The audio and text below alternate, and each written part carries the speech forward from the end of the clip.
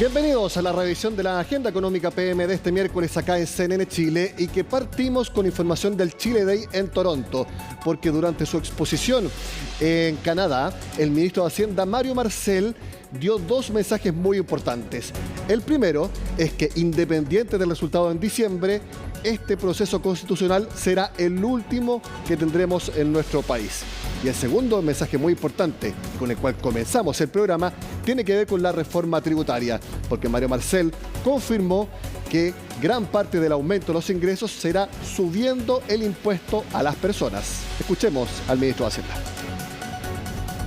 The gaps are basically on personal income taxation. Where Chile collects about a fourth. Las brechas están en los impuestos personales. En Chile son un cuarto del promedio de la OECD. Si queremos reformar nuestro sistema tributario, si queremos ajustar la carga tributaria para responder a las necesidades de las personas, debemos enfocarnos principalmente en ingresos vía impuestos personales.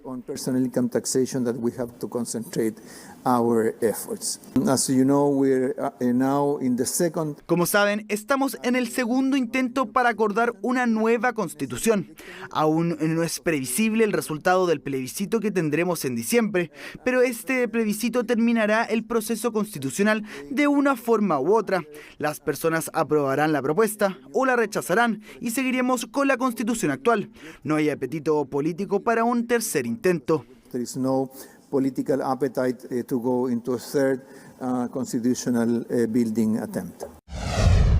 Muy importante entonces lo que decía el ministro de Hacienda. Confirma lo que también manifestó el presidente Gabriel Boric, de que no va a haber un tercer proceso constitucional sobre la reforma tributaria, de que el alza se aplicará a los impuestos a las personas. Recordemos que en la primera reforma tributaria, que fue rechazada por la Cámara de Diputados, ahí también había alza importante en el impuesto de segunda categoría, que es el que pagamos todos los trabajadores. Ahí entonces se va a cargar la mano. Y también reforma de pensiones. Explicó a grosso modo, pero no entró en ningún detalle respecto a cómo sería la nueva reforma que tiene que ser presentada. Pasamos a otro tema, y que es una muy buena noticia para todos los que cotizamos en el sistema de AFP. Por primera vez en 7 meses, todos los multifondos están rentando positivo en el mismo mes. Por supuesto, esto es al día 26 de junio. Revisemos la información del Centro CIEDES, que es el que siempre adelanta los resultados parciales. Como vemos, el fondo A es el que más sube este mes, 3,27%. Y en orden decreciente, pero todos suben. 2,86 el B, 2,57 el C, mientras que el D y el E suben 2,36 y 2,14% respectivamente. Como vemos en la gráfica de la derecha, perdón, en la barra de la derecha, esto de todas maneras no alcanza a compensar las bajas durante el año, pero sí las aminoran. Por lo menos vemos que el fondo A cae entre enero y junio 2,55%, bastante menos del acumulado anual de los últimos meses. Y aquí siguen todos los segmentos cayendo. El que menos cae, fíjense, son iguales. El D y el E, que bajan 1,06%. Pero como les digo, estos números eran peores hace un par de meses. Por lo tanto, esto es una muy buena noticia que seguiremos profundizando acá en Agenda Económica. Y queremos entender por qué se han dado estos resultados durante junio en los multifondos. El contacto ahora es con Mauricio Cañas, que es el director de estrategia de BTG Pactual Wealth Management, y que lo vemos en pantalla. Mauricio, gracias por estar en Agenda Económica. Gracias, Nicolás. Este resultado uno lo puede ver reflejado en que los mercados están teniendo más apetito por renta variable, y por eso los que más subieron fueron los fondos A y B. Sí, en parte eso es una de las explicaciones que nos muestra esta recuperación importante de los multifondos, más cargada hacia los más riesgosos, el fondo A, como tú mencionabas recientemente. Si tengo que explicar en dos partes este desempeño, uno de estos es porque los mercados han tenido un muy buen desempeño. Los activos más riesgosos, digamos acciones, han visto junio con una tendencia al alza prácticamente en todas las regiones. Uno siempre está mirando más la bolsa americana y la bolsa chilena. Ambas han rentado bastante atractivo en lo que va del mes de junio. Pero adicionalmente... Sí, respecto a la renta variable, eso lo explica por la eventualidad de que la Fed de Estados Unidos ya inició una pausa en el alza de la política monetaria, y si bien se espera que haya un par de alzas más, esto se quedaría ahí, y eso aumenta el apetito al menos por la renta variable internacional. Eso es parcialmente en la parte internacional. A principios de mes era más evidente que la pausa de la Reserva Federal era inminente. En las últimas semanas se ha empezado a comentar que podría tener uno o dos alzas adicionales, pero estaríamos cerca del ciclo, la parte final del ciclo. En la parte local en Chile es más evidente, potencialmente en julio deberíamos tener el primer recorte de tasas de política monetaria y eso históricamente ha venido acompañado de buenos retornos en la parte accionaria. Y para la renta variable local, como tú dices, si es que se cumple esa predicción de que el Banco Central va a hacer una baja importante, de hecho, en una entrevista en el Mercurio, la consejera Stephanie Griffith Jones dijo que podría ser de 50 puntos o más durante el próximo mes. ¿Eso ya lo habría incorporado en el mercado en estos resultados? ¿O si se hace esa baja en la tasa de interés, podría seguir estimulando la renta variable local?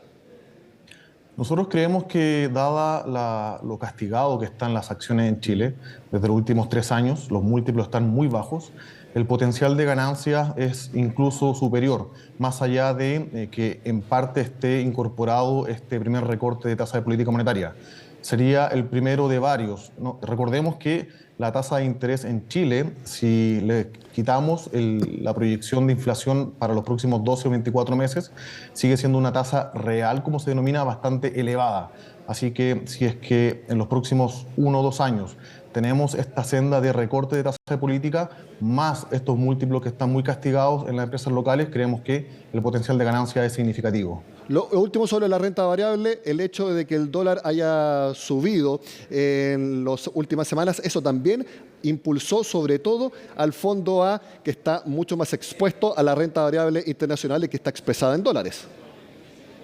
Así es. De hecho, al medir la rentabilidad de los multifondos, típicamente uno lo hace en pesos o en UF. Por lo tanto, el buen año en dólares que ha tenido las acciones internacionales hay que sumarle esta variación al alza en el tipo de cambio. Esto es una pérdida de valor de la moneda local en relación a el dólar, que típicamente tiene una dirección en contrario, pero este año se han potenciado. Así que efectivamente eso va aumentando el potencial de rentabilidad que va en el año para la renta variable internacional medida en pesos. ¿Tú crees que el dólar va a seguir subiendo porque recién empezó el proceso de compra de dólares por parte del Banco Central para elevar las reservas internacionales? Hay fundamentos que nos indican que un piso de 785, 790 sería bastante probable en un horizonte de 3 a 6 meses. El precio del cobre ha mostrado algo de debilidad, los datos económicos en China no son los más robustos y adicionalmente una dirección contraria en lo que haría la Fed versus lo que haría el Banco Central podría debilitar nuestra moneda en el corto plazo y por lo tanto este piso lo vemos en ese rango. Al alza, creemos que un techo de 820, 825 es un nivel razonable donde empezamos a ver nuevamente venta de dólares por parte de los agentes del mercado. Mauricio, hablemos de la otra parte de los activos, la renta fija, porque si tanto la tasa de interés llegando a este techo en Estados Unidos y a punto de empezar a bajar en Chile ha impulsado la renta variable, ese mismo fenómeno ha hecho también que se haya impulsado la renta fija local. Es efectivo. No nos olvidemos que la renta fija local tuvo un rendimiento y castigo muy importante el año 2021, explicado principalmente por los retiros de los fondos de pensiones. Tuvimos una recuperación relevante, pero parcial, el año 2022 y aún con todo este rebote que se dio el año pasado, tenemos niveles de tasas que siguen siendo elevados. Por lo tanto, proyectando hacia los próximos 12, 24 meses, tenemos un potencial de ganancia que viene del alto nivel de tasas hoy, más una eventual ganancia de capital al subir los precios si es que las tasas de interés siguen cayendo. ¿Tú recomiendas a las personas que nos están viendo que estuvieron muy expuestas a los depósitos a plazo, que siguen todavía altos, pero cuando empiece el proceso de baja la tasa de interés, a que empiecen a moverse hacia la renta fija, hacia bonos de más larga duración a través de los distintos vehículos que precisamente tienen esos instrumentos? Es una buena pregunta. Hasta ahora, pasando ya 6 meses del año, la estrategia de mantener depósitos a plazo y ir renovando ha sido la ganadora en la renta fija en Chile. Nosotros creemos que en el caso que se materialice esta senda de recorte de tasa de política monetaria, los depósitos van a ir incorporando las expectativas de tasa más baja y por lo tanto esta rentabilidad va a ser cada vez menor. Probablemente en un horizonte nuevamente de 12 a 24 meses, creemos que hoy por hoy la renta fija, esto es, más allá de los depósitos, ofrece una rentabilidad superior a la buena rentabilidad que incluso ofrecen hoy los depósitos a plazo. Con todo lo que hemos hablado, y si bien uno no tiene la bola de cristal para saber qué es lo que va a pasar con los fondos de pensiones en julio o quizás en agosto, ¿uno puede proyectar resultados similares o al menos en la misma tendencia de alza como ha sido hasta ahora en junio? No lo veo tan fácil para los fondos más agresivos o riesgosos como el fondo A o el fondo B, principalmente porque el rendimiento de las acciones internacionales ha sido muy bueno.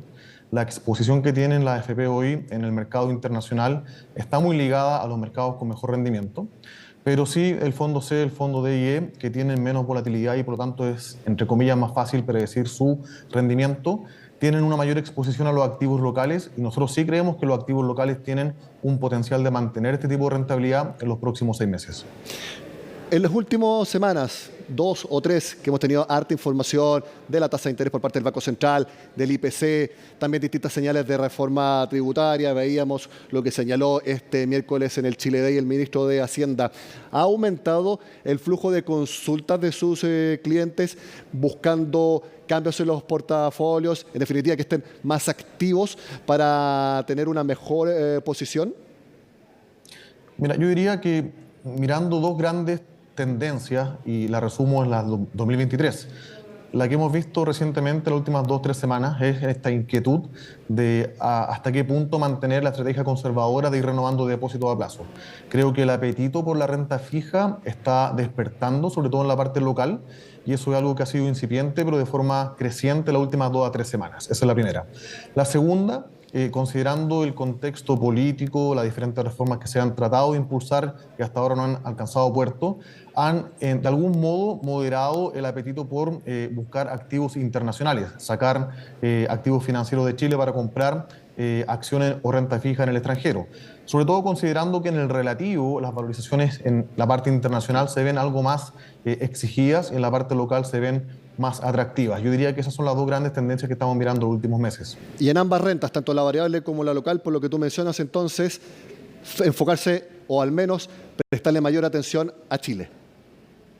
Creemos que hay una oportunidad para seguir mirando a Chile, a pesar del contexto que se ve con más ruido o con más volatilidad en relación al resto del mundo, al menos cuando uno está parado acá en el país, pero sí creemos que el potencial de rentabilidad sigue siendo bastante generoso de cara al corto plazo.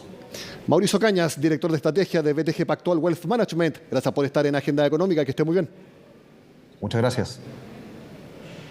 Antes de hacer la pausa, les tengo una información, porque las ventas del comercio presencial en la región metropolitana continúa su tendencia de baja. Durante mayo, la caída fue de 12,3% según la Cámara Nacional de Comercio, lo que da para un promedio entre enero y mayo de 13,3%. Sigue muy alicaído el sector comercio y este es un primer indicador para lo que viene y que formará el Banco Central el 1 de julio, que es el IMASEC de mayo.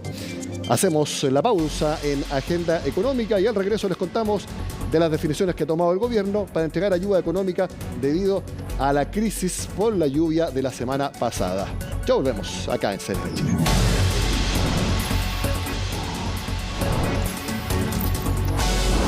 El gobierno informó distintas medidas para ayudar a las personas y también empresas productoras que se vieron afectadas por la lluvia de la semana pasada. Se hará un catastro para saber exactamente cuánto se necesita en las distintas zonas y además Banco Estado anunció la reprogramación de hasta 6 cuotas para distintos créditos, tanto hipotecarios como de consumo. Todo lo cuenta Francisca Bahamontes. Claro, continúa el despliegue de las autoridades por las distintas regiones que se vieron afectadas por el sistema frontal, por las lluvias que pudimos ver la semana pasada, en especial el fin de semana. En particular, durante esta jornada fueron 3 los ministros que realizaron actividades en la sexta región, en la región de O'Higgins, una de las más afectadas sin duda. Fue en este caso el ministro de Economía, acompañado del ministro de Agricultura y también de la titular de Trabajo, quienes dieron los primeros lineamientos de cómo ha sido el trabajo del gobierno en terreno y también cómo se han ido articulando las distintas fuerzas para poder ir en ayuda, bien digo, de quienes más lo necesitan en este momento de la forma más oportuna posible. Acá ellos señalaban entonces y dieron el puntapié durante esta jornada de lo que tiene que ver con el catastro. Lanzaron el catastro para unificar toda la información que se pueda recopilar en cada municipio, en cada localidad que se vio afectada para justamente ir en ayuda lo más pronto posible, lo más ágil posible también.